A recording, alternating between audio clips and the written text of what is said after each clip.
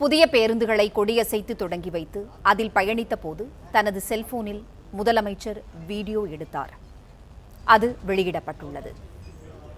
செய்தியாளர் யுவராஜ் இணைப்பில் இருக்கிறார். யுவராஜ், வணக்கம். தனது செல்போனில் பதிவு செய்த வீடியோ வெளியாகியுள்ளது. விவரங்கள் என்ன, சொல்லுங்க.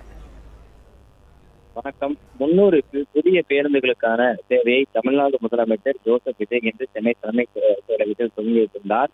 அந்த வகையில் சென்னை தலைமை செயலகத்திலிருந்து கலங்கரை விளக்கம் பகுதி வரை பேருந்தில் ஏறி ஆய்வு செய்வதற்காக பேருந்தில் ஏறி முதலமைச்சர் விஜய் சென்றிருந்தார்.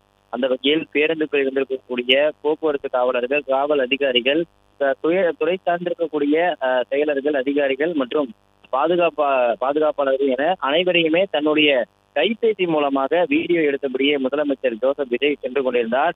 அந்த வகையில் அந்த காணொலியானது தற்பொழுது வெளியாகி இருக்கின்றது. சென்னை தலைமைச் செயலகத்திலிருந்து கலங்கரை விளக்கம் செல்லக்கூடிய பகுதி முழுவதுமே தன்னுடைய அலைபேசியின் மூலமாக அந்த காணொலியை முழுவதுமாக படம் பிடித்திருந்தார் முதலமைச்சர் ஜோசப் விஜய்.